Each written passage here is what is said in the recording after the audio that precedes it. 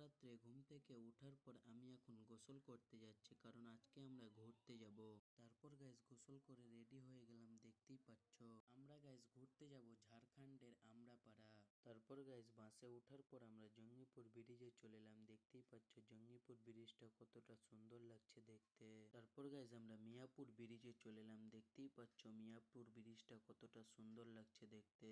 তারপর গাইজ আমরা ন্যাশনাল হাইওয়েতে উঠে গেলাম, দেখতেই পাচ্ছ ফসলগুলো কতটা সুন্দর লাগছে দেখতে। আমি জুম করে তোমাদেরকে সব দেখিয়ে দিলাম। তারপর গাইজ আমরা খানবাগান প্রায় চলে এসেছি। তারপর দেখি রেল গেট পড়ে গেছে, দেখতেই পাচ্ছ সামনে ট্রেন যাচ্ছে।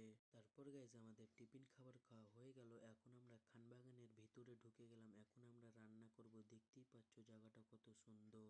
তারপর গাইজ ওইদিকে রান্নাটা চাপিয়ে দিল, আমরা ঘুরতে বেরিয়ে গেলাম, দেখতেই পাচ্ছ গাইজ চারিদিকটা সবুজ হয়ে আছে সব। এখানে ঘুরতে এসে গাইজ জায়গাটা এতটা সুন্দর হবে ভাবতে পারিনি। আরো ভিউ আছে, তোমাদেরকে দেখাচ্ছি। তারপর গাইজ একটু ভিতর দিকে আসার পর একটা নদী আছে, নদীর মধ্যে বোট চালানো হচ্ছে গাইজ। কত রকমের সুন্দর সুন্দর ফুল আছে, দেখতেই পাচ্ছ।